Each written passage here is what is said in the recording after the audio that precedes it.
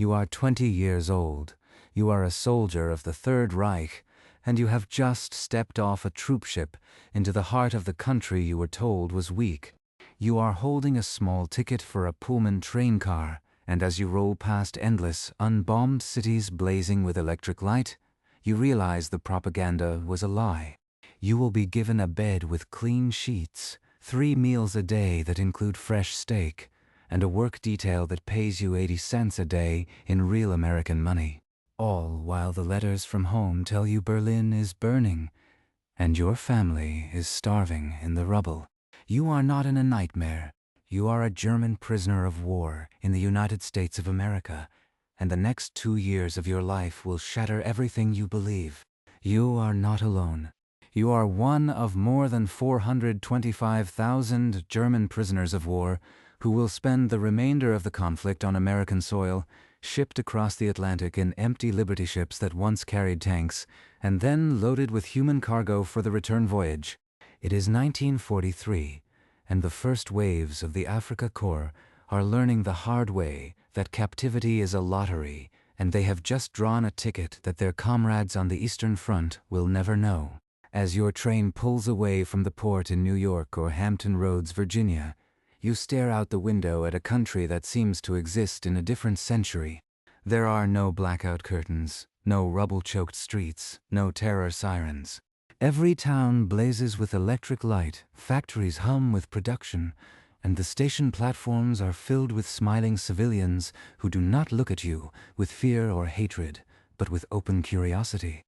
The propaganda back home insisted this nation was a soft mongrel republic, crippled by democracy and controlled by shadowy cabals. But the steel and glass and endless stretches of unburned farmland tell a different story, and you feel the first cold crack in the edifice of everything you have been raised to believe. Back in the Reich, your family is scraping through nights of Allied firebombs, their rations dwindling to turnip bread and thin soup. Letters from home will arrive sporadically, carrying the smell of smoke and desperation. You will read them while sitting on a real mattress in a heated barracks, your belly full of eggs and bacon, your pocket holding American coins that you earned that afternoon picking cotton or stacking hay. The contradiction will gnaw at you.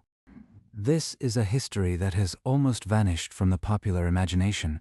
The story of how the United States built a vast archipelago of prisoner camps, handed steak dinners to the enemy, paid them wages, and in the process, quietly won the ideological war without firing a single shot.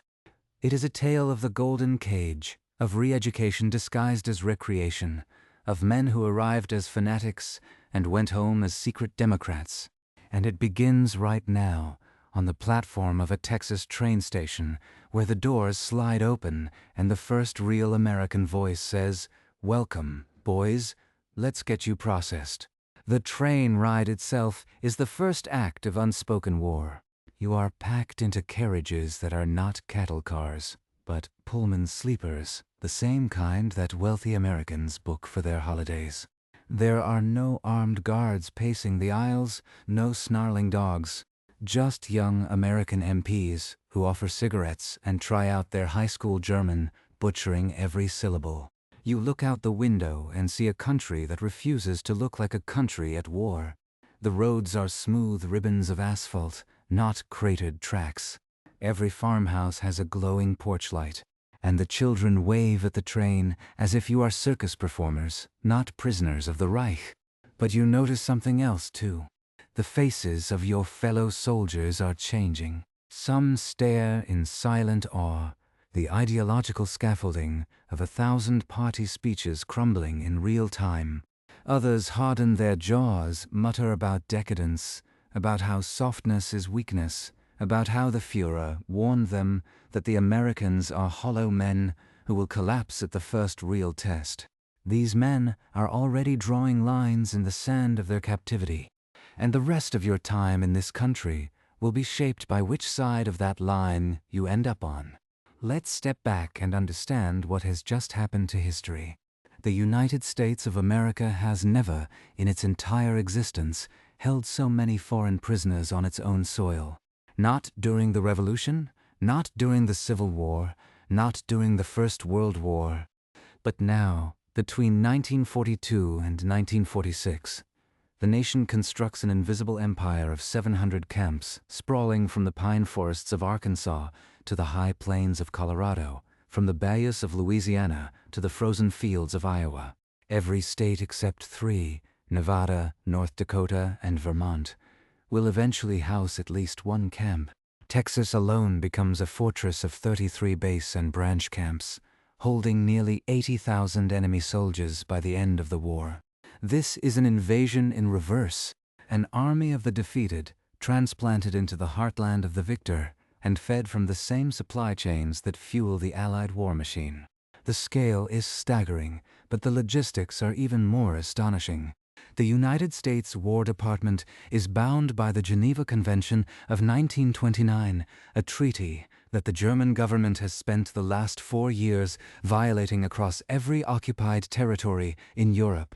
Yet here, in the great irony of the conflict, the American military decides to follow the rules to the letter, and then some.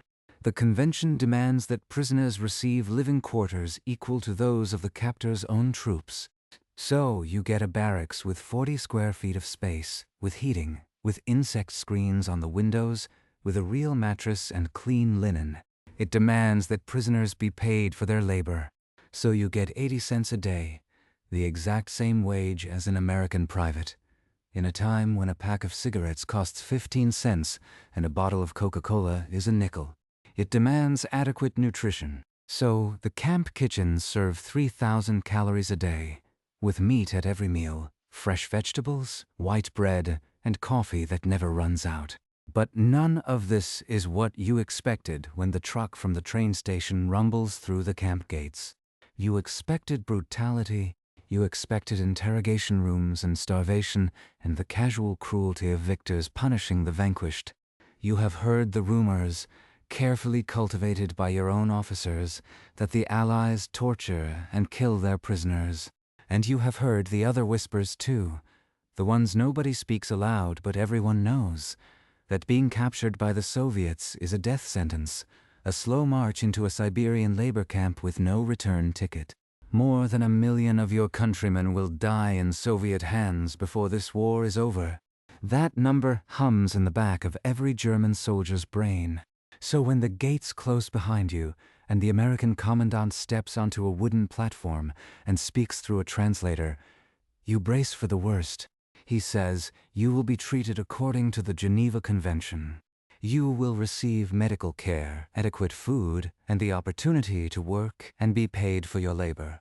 You will conduct yourselves with military discipline under your own non-commissioned officers. Comply with the rules, and you will have nothing to fear. A pause. The translator finishes. The assembled men in their faded Afrika Korps tunics look at each other. Someone laughs, a sharp, disbelieving bark. A few men clap, then stop when they see the glares of the sergeants. The commandant is not joking. This is not a trick. And then the reality begins to sink in. You have been delivered not to a hellhole, but to the strangest prison on earth, a place that some of you will come to call the Golden Cage. The processing is methodical and surreal. You are photographed, fingerprinted, and issued a set of new olive-drab clothing with the letters PW painted in white on the back and right trouser leg. You are handed a mess kit, a towel, a toothbrush, a bar of soap. Soap. Real soap, not a sliver of ersatz grit. You stare at it for a full minute. Then comes the medical examination. Doctors check your teeth, your lungs, your wounds from the desert campaigns. Men who have been carrying shrapnel in their legs for months suddenly find themselves on a surgical table. Men with infections that would kill them within a week are pumped full of American penicillin, a miracle drug not available in the Reich. The nurses are women, confident, unafraid, and that too is a shock to the system. In the Third Reich, a German woman would not be serving the enemy with casual professionalism. This world does not operate on the rules you were taught.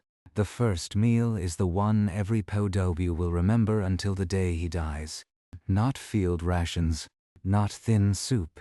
A tray with roasted meat, potatoes, vegetables, bread with butter, and a glass of milk. Some men weep. Some refuse to eat, convinced the food is drugged or poisoned. Others eat so fast they make themselves sick. The cooks, American GIs who have never seen combat, watch with a mixture of pity and contempt. They have been told these are the same soldiers who starved Leningrad, who shot prisoners in Poland, who built the furnaces. But here they are, hollow-cheeked and sunburned and trembling with the overwhelming sensory assault of a full stomach in a clean room. The ideological certainties of wartime propaganda begin to blur on both sides of the mess hall. And here is where the first crack appears in the Wehrmacht's iron discipline. In every camp, the German command structure is preserved. The senior officers and sergeants maintain their ranks and their authority, as required by the Geneva Convention. But that authority is now brittle, because the men under their command are starting to ask questions. Why are we eating steak while our families eat sawdust? Why are the Americans so confident, so unafraid? What else did the propaganda lie about? The fanatical Nazis in the ranks, and there are many, recognize the danger immediately. They set about enforcing ideological purity through the same methods they used back home: intimidation, informing, and when necessary, violence. They call themselves the faithful, the true believers. The others call them the Gestapo of the camp, but only in whispers. Nobody yet knows how far they will go to keep the faith. But everyone will find out before the winter is over. The first killing happens on a Thursday evening, 3 months into your captivity, and you do not even realize it is a killing until the next morning when his bunk is empty and nobody will meet your eyes. His name was Otto Ludwig, a 23-year-old private from Bavaria who had made the fatal mistake of speaking his mind within earshot of the wrong men. He had been sitting on his footlocker after the evening meal, writing a letter to his wife, when someone asked him what he planned to do after the war. He answered without looking up, "If we win, I will never return to Germany. If we lose, I will deliver the Nazis to the knife." He was not joking. Within 12 hours, Otto Ludwig was beaten so badly that the camp medics could not save him, and by the time the American guards realized what was happening, the men responsible had already cleaned the blood from their knuckles and resumed their positions as the enforcers of a government that no longer technically protected them but still commanded their souls. The Americans call these men the hardliners, the incorrigibles, the true believers. The other POWs call them the camp Gestapo, and they have turned the barracks into a miniature Reich where loyalty to the Führer is measured in the willingness to punish those who waver. They hold secret tribunals in the latrines after lights out. They keep lists of men who have said the wrong thing, smiled at the wrong time, expressed curiosity about an American magazine, or accepted an extra portion of bread from a guard without visible contempt. And they wait. There is no courtroom, no defense, and no appeal. There is only a blanket thrown over your head in the middle of the night, and the sudden wet music of fists and boots that does not stop until you stop breathing. Otto Ludwig is not the first, and he will not be the last. 4 more men will die this way across the American camp system before the war is over, and dozens more will be hospitalized with injuries that the official records will describe as accidents, falls from ladders, missteps on the stairs. Everyone knows what that language means. But here is the thing the hardliners do not understand. The thing that will eventually undo them more completely than any armed guard patrol. This is not a stalag in occupied Poland, and the American commandant is not a man who will look the other way while prisoners run their own execution squads. Unlike the Wehrmacht officers who have been trained in a system of implicit terror, the American major at Camp Grant in Texas or Camp McCain in Mississippi has spent his career in a military that believes in due process, even for the enemy. When the beatings start, when the whispered reports from terrified informants reach the administration office, he does not shrug and turn away. He calls in the military police. He orders an investigation. He contacts the War Department in Washington and asks for the one thing the Geneva Convention allows him to do: segregation. The concept is brutally simple. Take every hardline Nazi, every Gestapo veteran, every SS officer who has been captured and mingled with the regular Wehrmacht soldiers, and pull them out. Ship them to a separate camp designed for the unreconstructible, a camp where the guards carry shotguns and the internal German command structure is suppressed. These will be called segregation camps, and they will become the pressure release valve for the entire POW system. The remaining prisoners, the 90% who are not fanatics but ordinary conscripts and career soldiers caught up in the machinery of a regime they barely understand, will suddenly find themselves able to breathe. And that is when the real experiment begins. The Americans are about to discover that a prison camp can be a laboratory, and the most powerful tool in their arsenal is not barbed wire or bayonets, but the slow, insidious seduction of a functional, free society that treats its enemies better than their own government ever did. To understand how that seduction works, you have to follow the prisoners out the gate on a work detail. The Geneva Convention prohibits forcing prisoners into labor directly connected to the war effort, which means you cannot make them build tanks or ammunition. But you can make them pick cotton, harvest wheat, log timber, dig irrigation ditches, pack fruit in canneries, and lay road gravel. And the United States in 1943 is desperate for labor. 8 million American men are in uniform overseas. The farms are hemorrhaging workers, the harvests are rotting in the fields, and the agricultural economy is staring into an abyss. The solution, controversial and politically delicate, is to hire the enemy.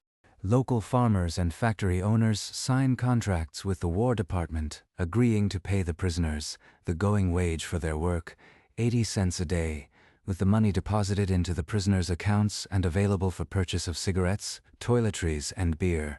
The farmers provide a hot lunch, and security is handled by a single guard who is usually a middle-aged reservist more interested in his thermos of coffee than in shadowing a dozen Germans through a peanut field.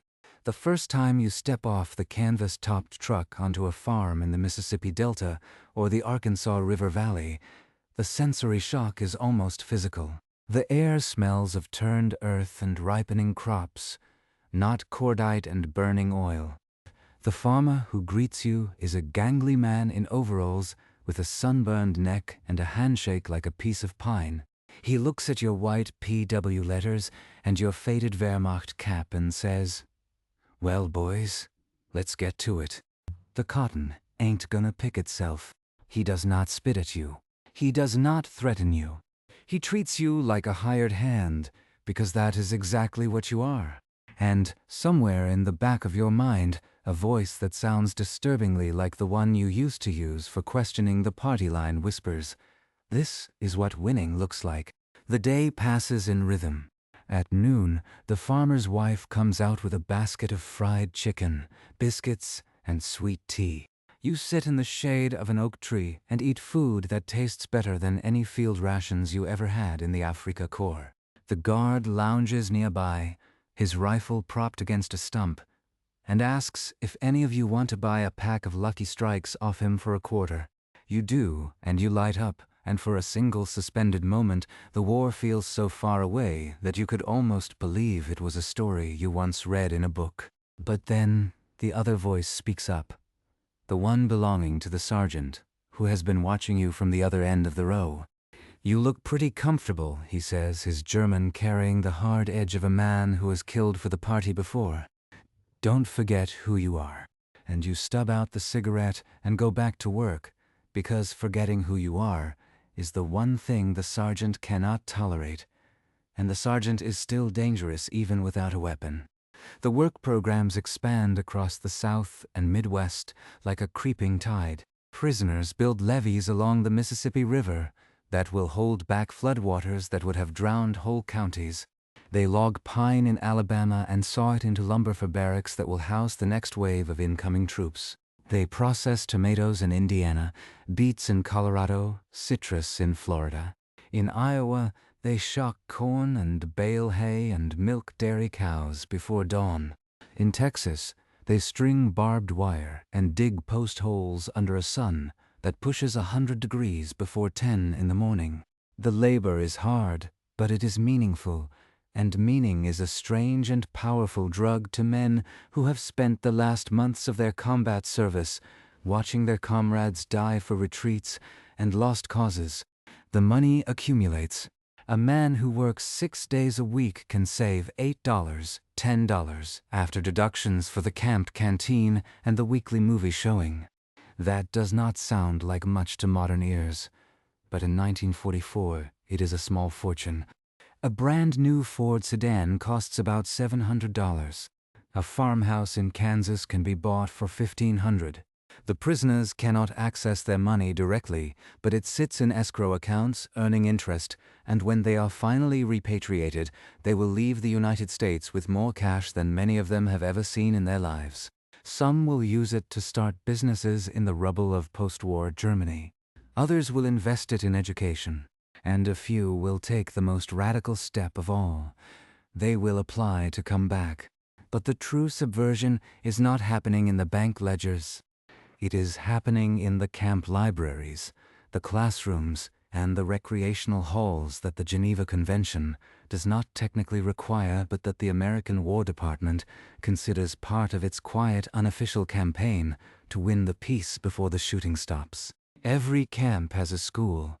The teachers are the prisoners themselves, a former professor of philosophy from Heidelberg, a poet from Vienna, an engineer who designed bridges for the Autobahn. They offer courses in mathematics, literature, chemistry, foreign languages.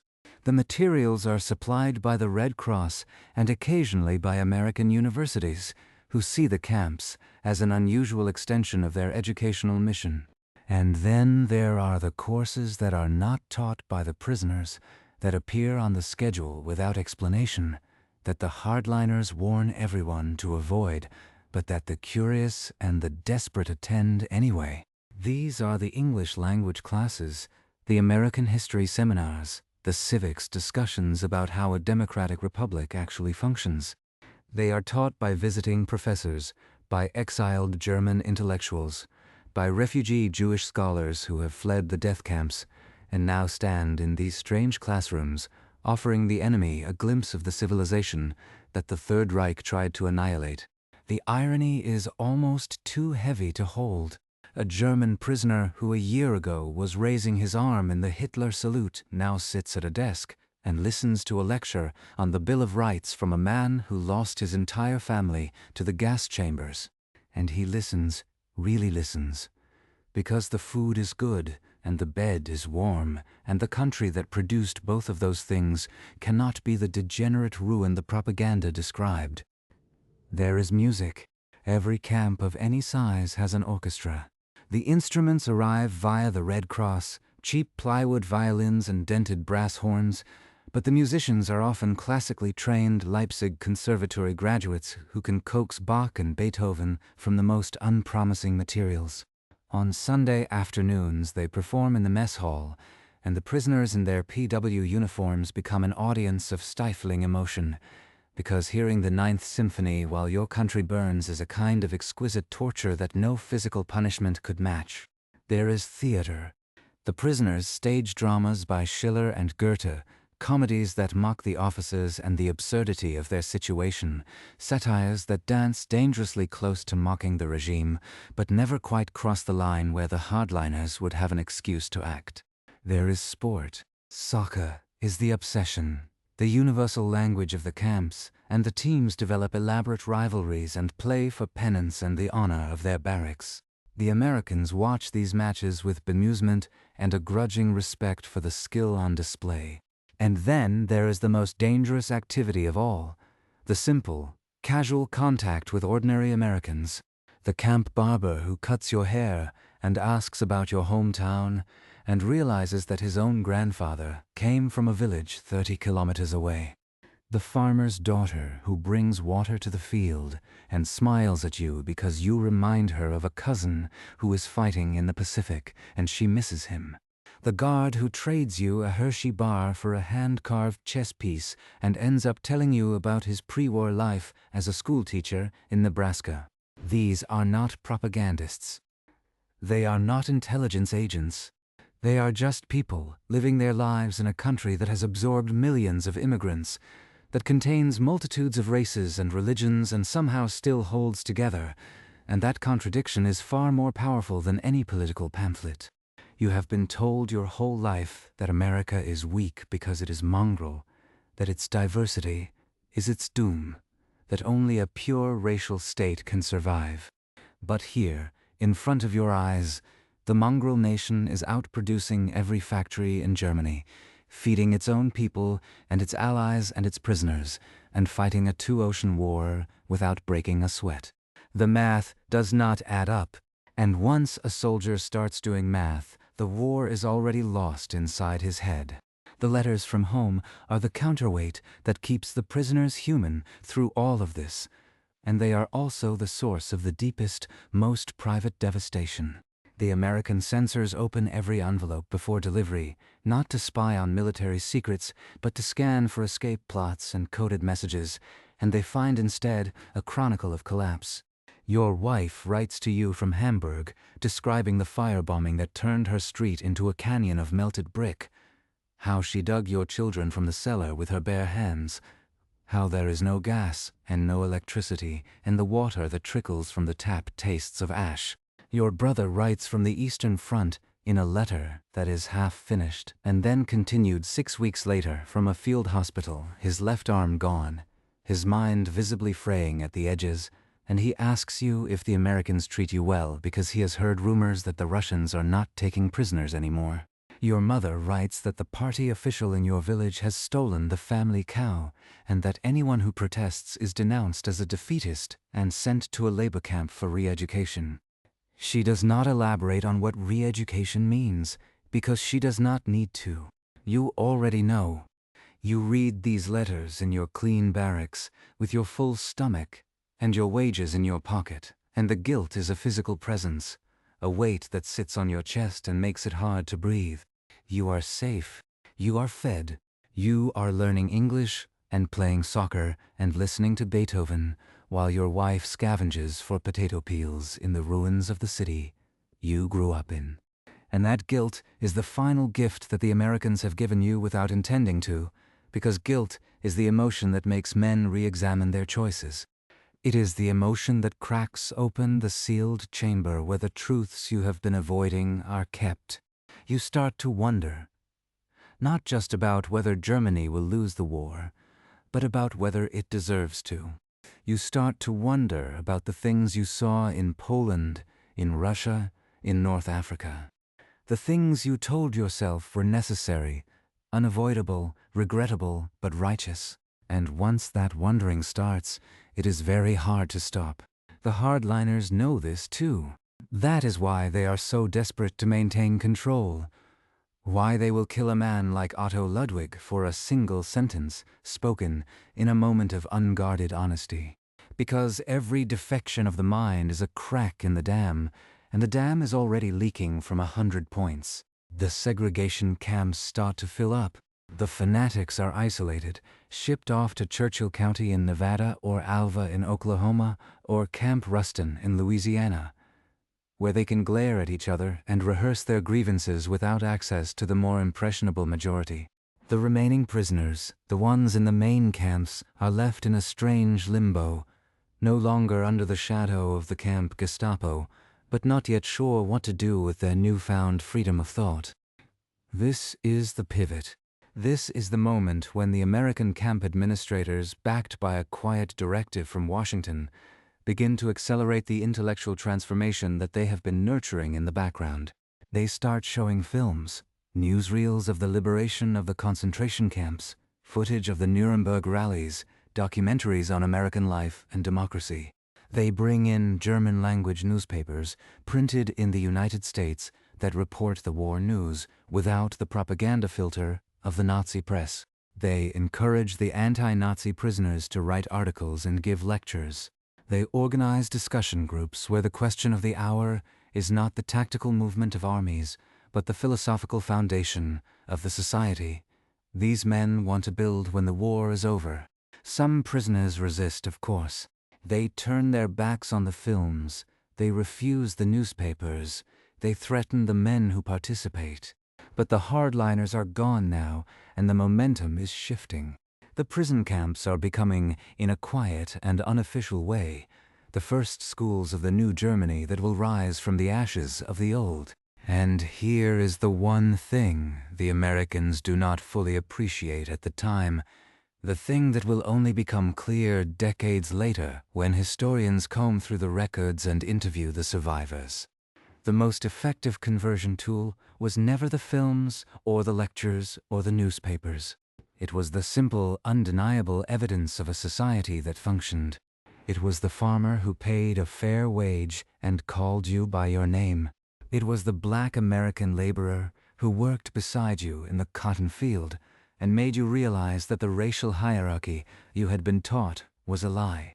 It was the Jewish professor who taught you English grammar and never once mentioned what your government had done to his people, because he was too dignified to use your guilt as a weapon, and that dignity cut deeper than any accusation. It was waking up every morning in a bed that was not covered in mud and blood, walking to a mess hall that served food you had not seen in 4 years of war, and knowing, with a certainty that grew a little stronger each day, that you had been on the wrong side of history and the wrong side of humanity. That is not an easy thing to know about yourself. But the men who walked out of the Golden Cage in 1946 were not the same men who had stumbled off the Liberty ships in 1943. Something had happened to them in America, something that went far deeper than a full stomach and a savings account. And what that something was and how it nearly fell apart is where this story takes its darkest turn. Because the hardliners, even in defeat, were not finished. Not even close. The hardliners had been shipped to their distant compounds, but they had not been silenced. If anything, their removal concentrated their rage and gave it a new, more strategic edge. From the isolation of the segregation camps in Oklahoma and Nevada and northern Louisiana, they built a shadow communication network, using coded letters sent through the Red Cross, messages folded into the seams of clothing during prisoner transfers, a whispered relay that crossed state lines and camp boundaries faster than the American intelligence officers could track. The order was simple and absolute. Continue the fight here, on American soil, using the weapons available. Discredit the defectors. Break the weak. And make absolutely certain that no prisoner who leaves this country ever speaks a single favorable word about democracy. The weapons were not guns or knives, though those still appeared from time to time, fashioned from bed frames and mess hall cutlery. The weapons were psychological terror, the systematic destruction of reputation, the quiet threat that your family back in Germany might learn of your betrayal, and that the war would not last forever, and that someday the old guard would be in a position to settle accounts. A prisoner named Walter, a former schoolteacher from Stuttgart, who had signed up to teach English in the camp education program, woke one morning to find a crude drawing slipped under his pillow, a stick figure hanging from a gallows, his name written beneath it in careful fracture script. He stopped teaching. He requested a transfer to a different barracks. 2 weeks later, he was transferred again, this time to the camp hospital, with a shattered jaw after an altercation in the latrine that the official report described as an accidental fall against a sink. Everyone knew what the official report meant. The hardliners had not even needed to be in the same camp to reach him. They had proxies, sympathizers, men who smiled during the day and wrote names on lists at night. This was the rhythm of the hidden war inside the camps. By day, the machinery of the Golden Cage hummed along. The work details, the soccer matches, the orchestra rehearsals, the lectures on American constitutional law. By night, the informers met in the dark corners of the barracks, compiling dossiers on the men who had laughed at the wrong joke, accepted a cigarette from a black American guard, or expressed curiosity about the films the camp administration was beginning to show. The atmosphere in some compounds grew so thick with suspicion that prisoners stopped speaking to anyone outside their immediate bunkmates. The re-education experiment, which had seemed so promising in the months after the segregation, teetered on the edge of collapse. The Americans were watching a counter-revolution unfold in miniature, and they were running out of options. Then came the films. No single decision in the entire POW program would prove more explosive, more psychologically devastating, or more morally clarifying than the decision to screen footage of the liberated concentration camps for the German prisoners. The order came down from the War Department in the late winter of 1945, as American and British forces pushed into Germany and began uncovering the sites whose names would soon sear themselves into the conscience of the world: Buchenwald, Dachau, Bergen-Belsen, Auschwitz. The films, compiled from Signal Corps footage and newsreel cameras, were raw and unblinking. Bulldozers pushing mountains of emaciated corpses into mass graves. The hollow, staring faces of survivors who looked less like human beings than like anatomical sketches of starvation. The piles of shoes, eyeglasses, wedding rings, the evidence of industrial extermination that the Nazi regime had spent years denying even to its own people. The commandants received a dispatch with a simple instruction: assemble all prisoners in the mess hall and project the film onto the whitewashed wall. The night of the first screening, you are sitting on a hard wooden bench in a mess hall in Camp Campbell, Kentucky, or maybe Camp McCain, Mississippi, or any one of 100 similar compounds where the electric light is buzzing overhead and the air smells of the evening's pork chops and gravy. The lights go down. The projector whirs, and then the images begin. The impact is not immediate. For the first 30 seconds there is confusion. Some men think it is Soviet propaganda, staged, a trick. A voice from the back of the room shouts a denial. Then a bulldozer blade pushes a tangle of human limbs into a pit, and the laughter from the far corner dies mid-syllable. The hall goes silent. You can hear the projector's mechanism clicking like a cheap clock. A man near you begins to cry without making a sound, tears streaming down his cheeks while his body remains completely still. Another man stands up, his face white, and stumbles toward the door, only to find it blocked by 2 MPs who have anticipated this reaction and have orders to keep everyone seated until the reel runs out. You watch. You watch because you cannot look away. You watch because your government, your uniform, your chain of command led to this. You may not have pulled a trigger at Buchenwald. You may have been a farm boy conscripted into a war you barely understood. But the film does not make distinctions. The film simply shows, in 48 excruciating minutes, the logical conclusion of the ideology you have been defending. When the lights come back on, the mess hall is a ruin of human composure. Men are sobbing openly. German non-coms with iron crosses on their chests, experienced killers reduced to broken children. Others sit frozen in a stare that is not anger or grief, but something closer to the death of the soul. A small knot of hardline holdouts in the back row are stone-faced, their arms crossed, refusing to acknowledge the screen has ever existed. One of them mutters, "Lies, all lies," loud enough that the whole room can hear. And for a moment the tension in the hall shifts from despair to violence. A young private, his face still wet with tears, lunges at the denouncer with his bare hands. The MPs pull them apart before any blows land, but the crack has become a chasm. The gold cage has revealed its true purpose, and half the prisoners cannot bear the weight of what they now understand. The aftermath ripples through the entire camp system. In some camps, the screenings trigger a wave of suicides. Prisoners climb the perimeter fence in full view of the guard towers, forcing the Americans to shoot them down because they cannot stomach living with the knowledge of what their nation perpetrated. In other camps, the hardliners launch a counteroffensive, circulating pamphlets that claim the footage was filmed with actors in Hollywood, that the whole thing is a Jewish conspiracy to demoralize the German fighting spirit. But the pamphlets look pathetic now. the desperate scribbling of men who know they are defending the indefensible and no longer care about plausibility. The pro-democracy prisoners, the ones who have been slowly emerging from the shadows for the past year, seize the moment. They write manifestos. They volunteer to lead discussion groups. They walk into the mess hall the next morning and sit down at the tables that the hardliners have claimed for years. A direct territorial challenge. And they do not back down when the glares and the threats come. For the first time since their capture, the decent majority outnumbers and outlasts the terroristic minority, and the balance of power in the camps shifts irrevocably.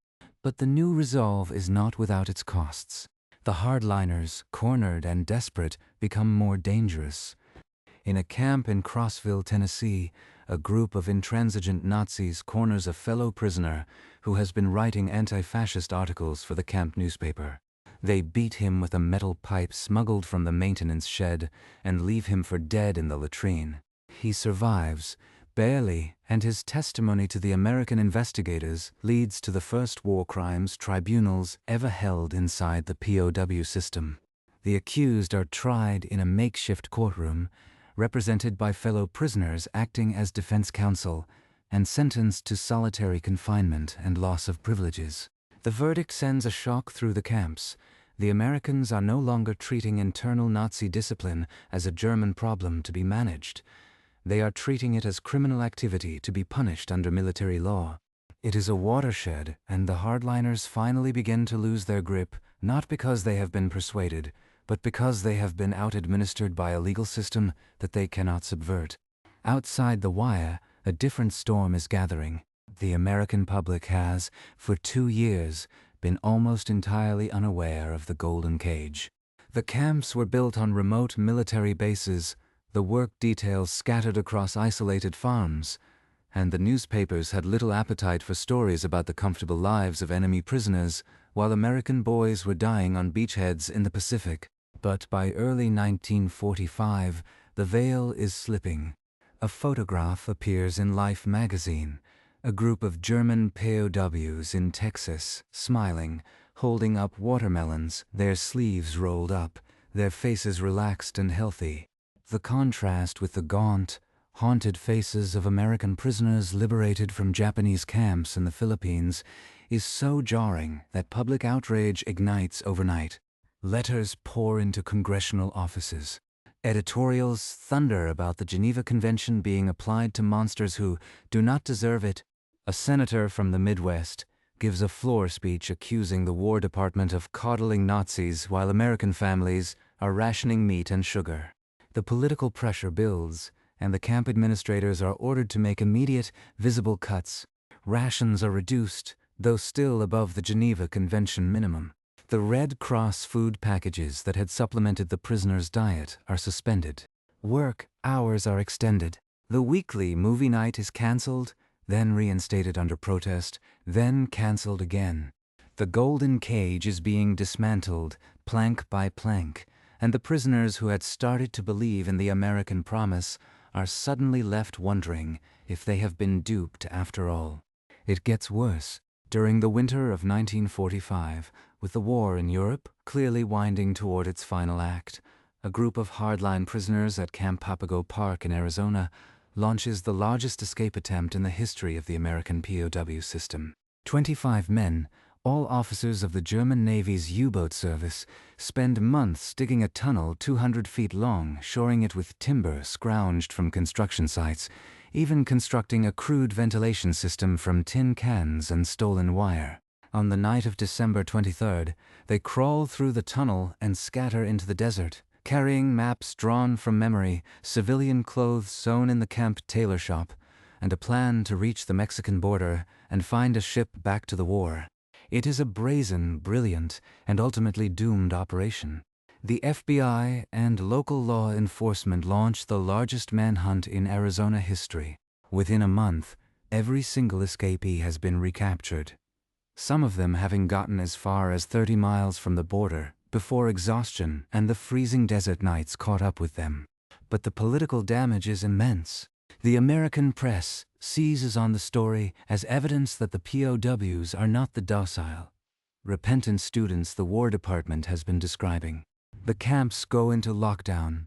Barbed wire is doubled. Guard towers are reinforced. The fragile trust that had been built between prisoners and captors over 2 years evaporates in the space of a single headline. Yet it is precisely during this period of crackdown, of reduced rations, and heightened security that the deepest transformation takes root. Because the prisoners who have genuinely changed are not changing because of the comforts they have been given. They are changing in spite of the comforts being taken away. They have seen the films. They have received the letters from home describing the final, apocalyptic collapse of the Reich. They know the war is lost, and they also know, with a clarity that cuts through propaganda and denial, that the lost war was an unjust one. The American guards notice a shift. The men who once greeted them with sullen silence or veiled hostility now approach them with questions. What is a mayor? How does a vote actually work? Can you really criticize the president in a newspaper?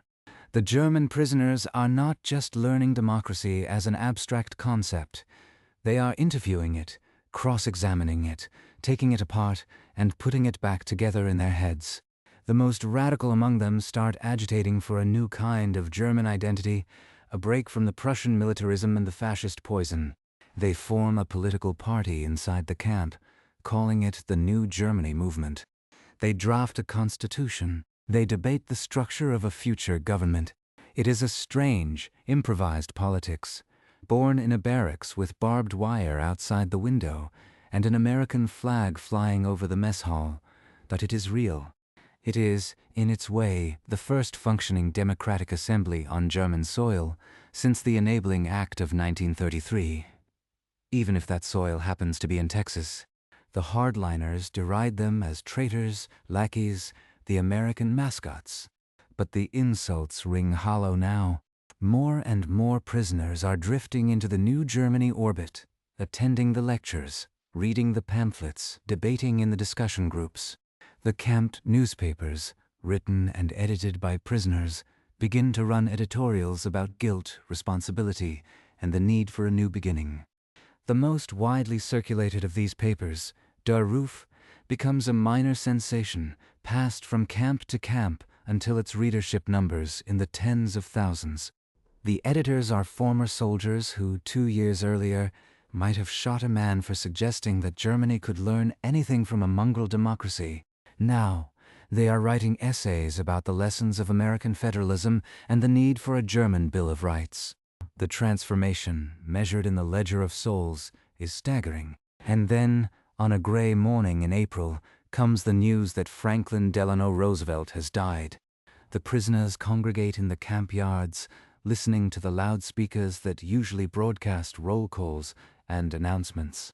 The American guards are weeping openly. For the German prisoners who have absorbed even a fraction of their re-education, the death of the American president is a genuine shock, a moment of shared grief that crosses the barbed wire. The hardliners, of course, celebrate. They toast with smuggled schnapps and whisper about divine justice and the collapse of the American facade. But they have been reduced to a small, bitter clique. The majority of the prisoners are quiet, thoughtful, respectful. Some of them even approach the guards and offer condolences in their broken English. It is a remarkable moment, a glimpse of something that transcends the logic of war. And it is immediately tested because the next month brings the news that every prisoner has been both dreading and expecting. Adolf Hitler is dead. Berlin has fallen, and Germany has surrendered unconditionally. The war in Europe is over. The guns fall silent. The camps, for one breathless moment, hold their collective breath. And then the real challenge begins. Because the men who have spent 2 years in the golden cage, who have been fed and paid and educated and shown the darkest truths of their own civilization, must now prepare to leave the country that has transformed them and return to the ruins of the one they lost. What they carry with them, what they build, and whether the seeds planted in the prison camps of America will ever take root in the soil of a devastated homeland is the question that will define the final act of this strange, forgotten history. The loudspeakers crackled to life across every camp in the United States on the morning of May 8, 1945. The voice of the commandant, uncharacteristically emotional, informed the assembled prisoners that Grand Admiral Karl Dönitz, the man who had inherited the Reich from Hitler's suicide, had authorized an unconditional surrender to the Allied powers. The war in Europe was over. For a long, strange moment, nobody moved. The prisoners stood in the dusty assembly yards, the spring sun warming their shoulders, and tried to process the fact that the cause for which they had marched across North Africa, across Russia, across France, the cause for which so many of their friends had died, no longer existed. A few of the youngest conscripts broke into nervous smiles, then quickly hid them. The old guard stood rigid, hollow-jawed, their eyes fixed on a horizon that had just collapsed into nothing. Somewhere a voice started singing a German folk song, not a Nazi anthem, but the old, mournful music of the countryside, and it spread through the ranks like a slow tide until the yard was filled with the sound of men singing about home. It was not a victory song. It was not a protest song. It was the sound of a war ending inside people, one note at a time. The surrender did not mean immediate release. The Geneva Convention was clear on this point. Prisoners could be held until a final peace treaty was signed, and no peace treaty with Germany was even remotely close to completion. The newly liberated countries of Europe needed labor, resources, and time to process their own millions of displaced persons. The German prisoners in America were, in a bureaucratic sense, the least urgent problem on the Allied ledger, and so they stayed. The work details continued, though the pace slackened and the urgency drained out of the tasks. The camp schools continued, though now the courses shifted toward practical skills, agriculture, construction, metalwork, the trades that would be needed to rebuild the rubble of Hamburg and Munich and Dresden. The discussion groups continued, and they grew more intense, more focused on the future. The question was no longer whether Germany would lose, but what kind of Germany would be allowed to rise from the ashes, and what role the men in these camps would play in building it.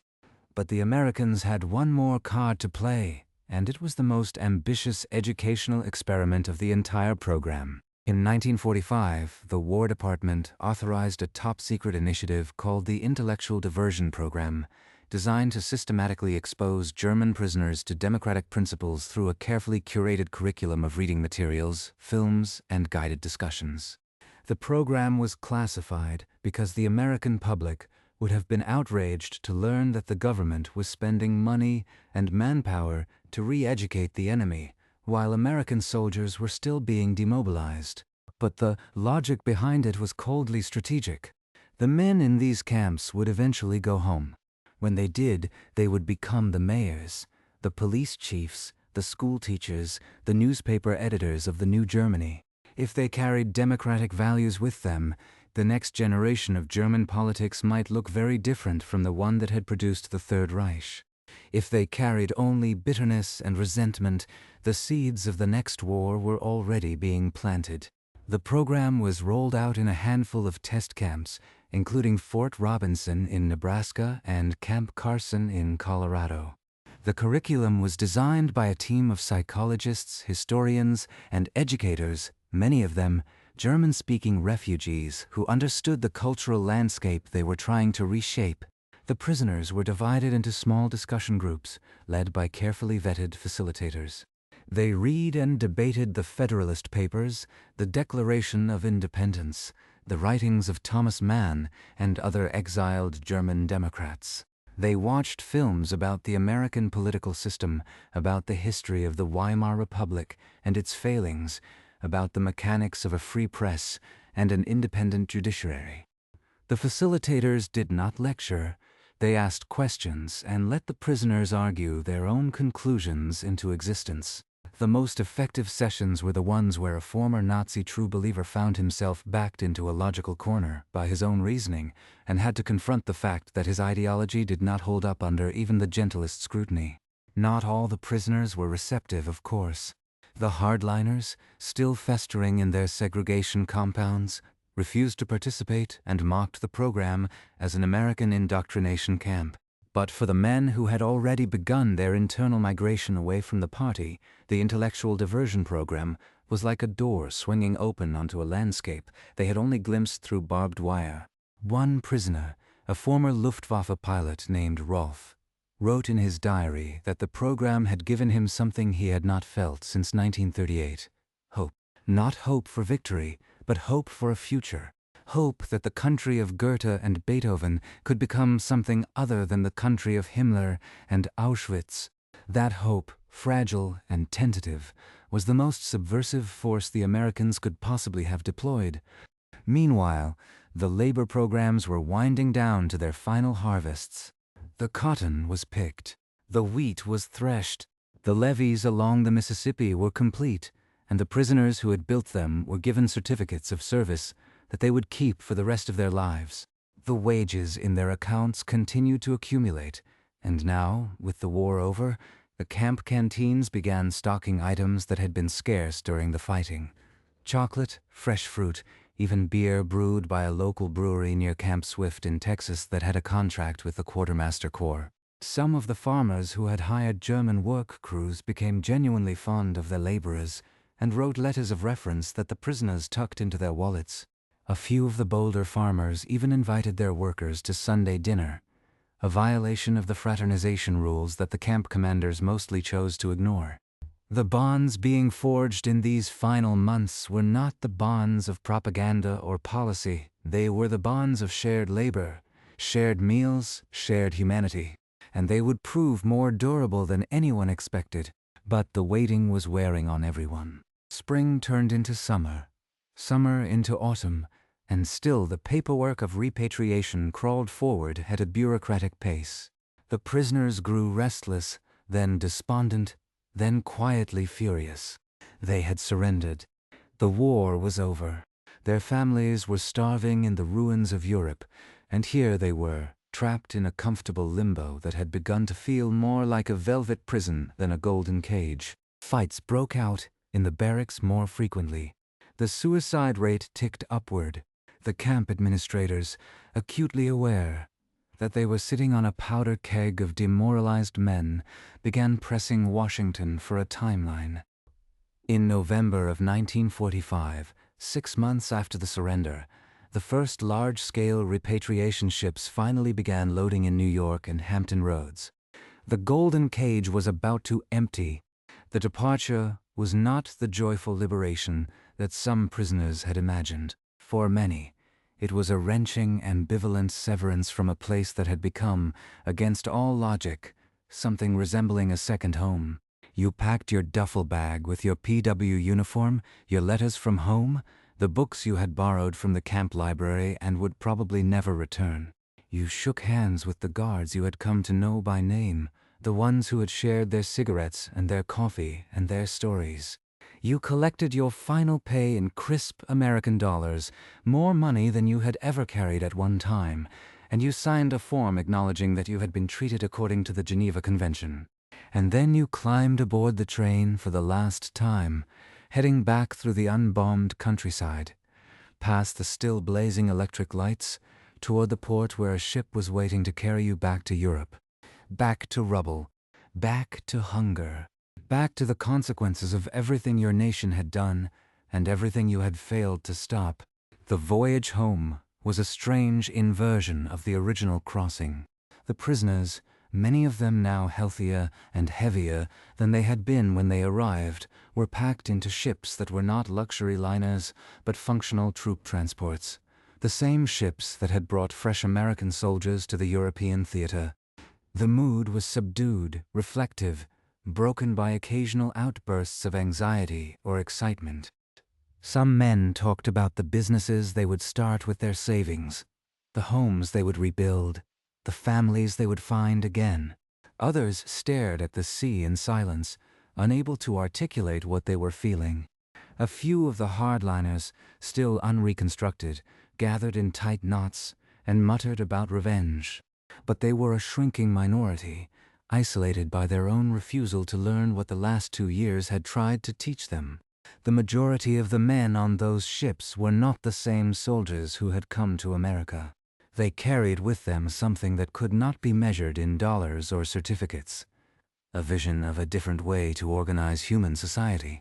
A suspicion that democracy was not, in fact, the degenerate weakness the propaganda had described. A quiet, private commitment to try, when they got home, to build something better. The ships docked first in France and England, where a significant portion of the prisoners were seconded into labor battalions to help with the initial reconstruction effort. This was a bitterly resented detour, but it also gave them a front-row seat to the devastation that total war had inflicted on the civilian populations of the occupied countries. They cleared rubble in Le Havre and Calais. They repaired roads in rural England. They saw, with their own eyes, the human cost of the empire they had served, and the sight completed the education that the camp classrooms had begun. By the time the final transports reached the German border in early 1946, the prisoners had been gone for more than 3 years. They were strangers returning to a country they barely recognized, carrying a message that few of their countrymen were ready to hear. The Germany they stepped into was a panorama of ruin. The cities were flattened. The infrastructure was shattered. The economy had ceased to function except as a black market of cigarettes and bartered heirlooms. Millions of people were displaced, hungry, and shell-shocked. The occupying Allied forces were struggling to establish order, and the process of denazification had already begun, with varying degrees of sincerity and effectiveness. Into this chaos walked the returning Paudots, sunburned and well-fed, clutching their savings and speaking awkward English with American accents. Their reception was complicated. Some families greeted them with overwhelming relief and joy. Others looked at them with suspicion, even contempt. You were safe while we burned. You ate steak while we starved. You were prisoners, but you were the lucky ones. The guilt that had been a private companion in the camps now became a public accusation. The hardliners, of course, returned to Germany as well. They had been kept in separate transport, often delayed, often the last to be released. But eventually even the most fanatical Nazis were sent home. A few of them tried to rejoin the political underground that was already forming in the ruins, the nascent networks that would eventually coalesce into neo-Nazi movements. But most found that the Germany they had sworn allegiance to no longer existed, and that their rhetoric of racial purity and national destiny sounded hollow in a country that was fighting just to feed its children. They faded, for the most part, into the anonymous mass of the defeated. Some were identified and prosecuted during the denazification tribunals. Others simply disappeared, their ideological fire reduced to embers that would smolder for decades without ever really catching flame. But the men who had embraced the re-education, the men of the New Germany movement, the readers of Der Ruf, the graduates of the intellectual diversion program, they did not fade. They went to work. Some became teachers, opening schools in the rubble and teaching a curriculum that deliberately rejected the militaristic nationalism of the Nazi era. Some became journalists, founding newspapers and radio stations that championed democratic values and a free press. Some entered politics, winning local elections and eventually rising to positions of influence in the new Federal Republic. They did not advertise their origins in the American camps. It was not something to boast about in a country still nursing its wounds. But they carried the lessons with them, applied quietly, persistently, over decades. When Konrad Adenauer, the first Chancellor of West Germany, began building the institutions of a democratic state, he was building on a foundation that had been partly laid by the strange experiment his former enemies had conducted in the cotton fields and lecture halls of America. Here is the final, most surprising detail, the fact that nobody saw coming until it was already happening. Of the 425,000 German prisoners who spent the war in American camps, Approximately 5,000 of them never really left. After repatriation, after the rubble was cleared and the factories started humming again, and the German economic miracle began to take shape, they applied for immigration visas. They wanted to come back. They wanted to become Americans. The country that had captured them, fed them, paid them, and transformed them had also seduced them, and they were willing to leave their homeland forever to be part of it.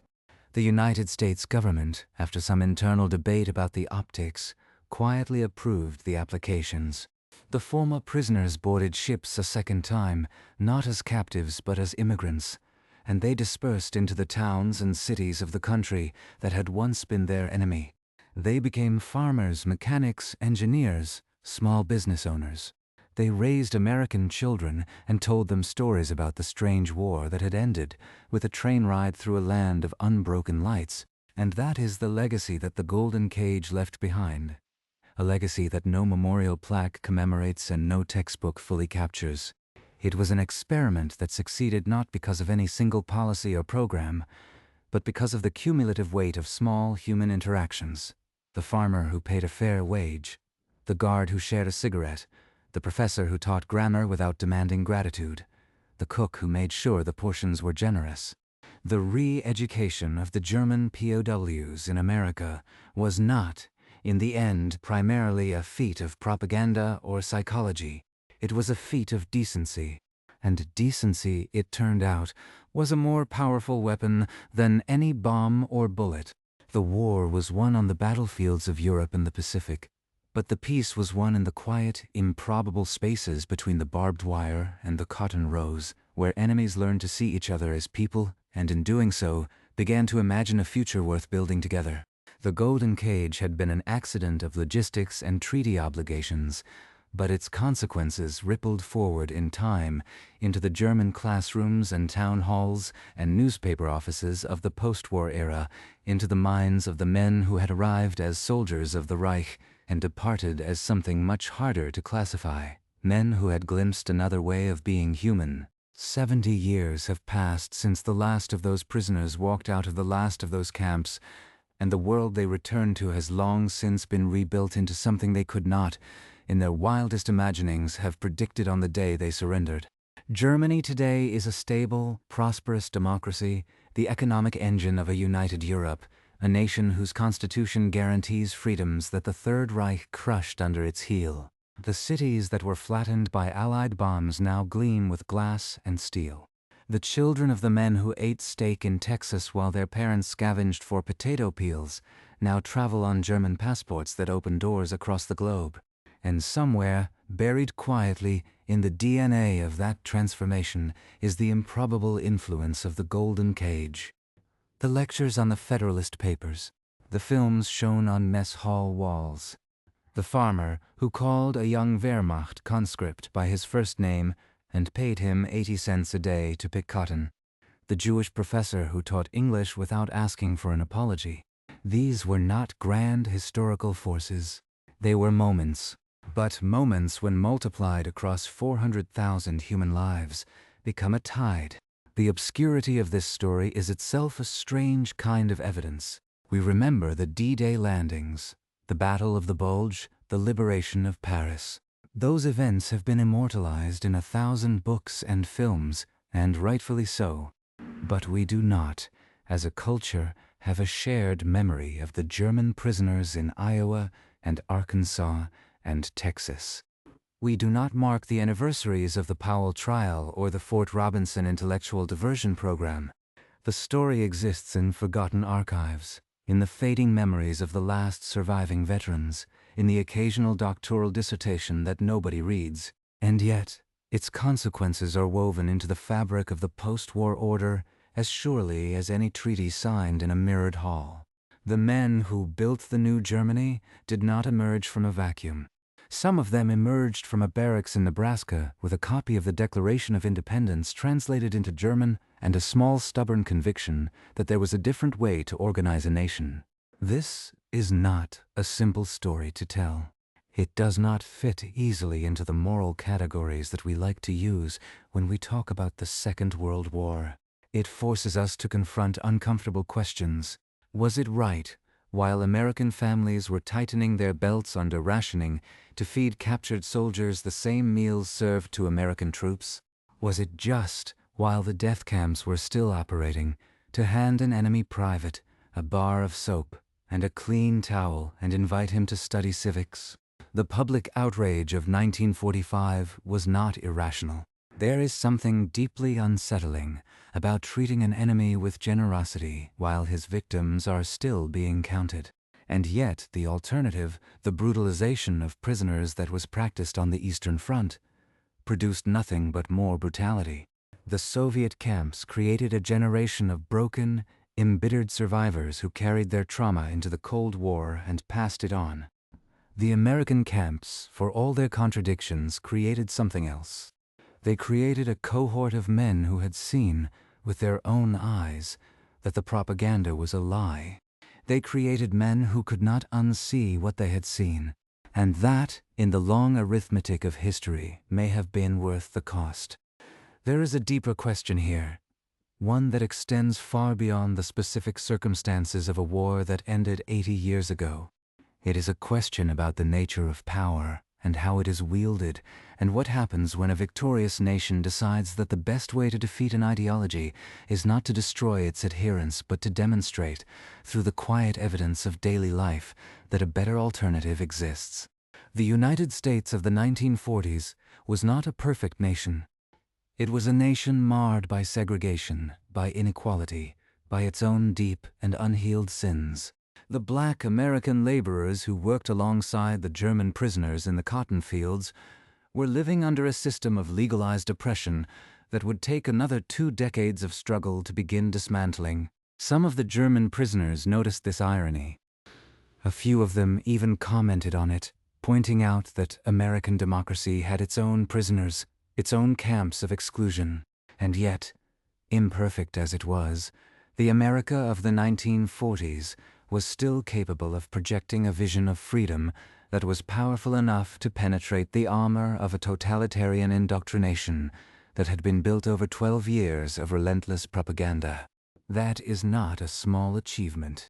It is, in its way, a vindication of the very values that the nation was fighting to defend.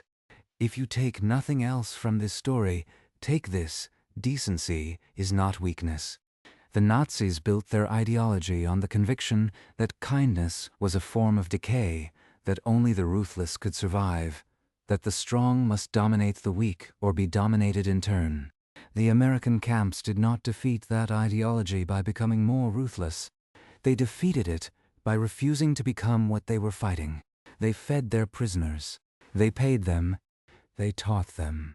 And in doing so they exposed the great lie at the heart of the fascist project, that humanity is a zero-sum game, that compassion is a vulnerability, that the only way to be strong is to be cruel. The Golden Cage was a refutation of that logic, a living demonstration that a nation could be both powerful and humane, that it could win a war without losing its soul.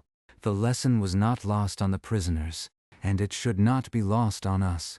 The last of the German POWs who experienced the camps as young men are now in their late 90s, their memories fading into the same silence that eventually claims all living history. Soon, there will be no one left who remembers what it felt like to step off that Liberty ship and into a world of blazing lights and unbroken windows. The story will become something that happened only in books, only in archives, only in the footnotes of a war that already feels impossibly distant to a generation raised on TikTok and instant everything. But the questions it raises are not distant. How do you treat your enemies? What do you do with the power you hold over others? Is it possible to win not just a military victory, but a moral one? These are not questions for historians alone. They are questions for anyone who has ever been in a position of advantage and had to decide what to do with it. Tonight, as you settle into your own bed in your own corner of whatever country you call home, think about those men in their barracks on the Texas plains, listening to the wind and the distant sound of a train whistle, their bellies full, their minds turning slowly over the evidence of their own eyes. Think about the letters from home, still arriving, still carrying the smell of ash. Think about the guard who offered a cigarette and the professor who taught grammar without demanding gratitude. Think about the small human moments that, when added together, became something larger than any of them intended. The Golden Cage was not a plan. It was an accident of treaty obligations and labor shortages and the vast, improbable distance between the battlefields of Europe and the heartland of America. But it became something else. It became a proof of concept. It became evidence that the arc of history can be bent, not just by great men on great stages, but by ordinary people making ordinary choices in the quiet spaces between the headlines. And that is a story worth remembering, even now, especially now, as the lights of the world once again seem to flicker with uncertainty. Thank you for staying with me through this strange, forgotten chapter of the war that changed everything. If you found this story as haunting and unexpected as I did, take a moment to like this video and subscribe to the channel, because these are the kind of stories we tell here. The ones that slipped through the cracks, the ones that challenge what you thought you knew, the ones that make the past feel less like a museum and more like a mirror.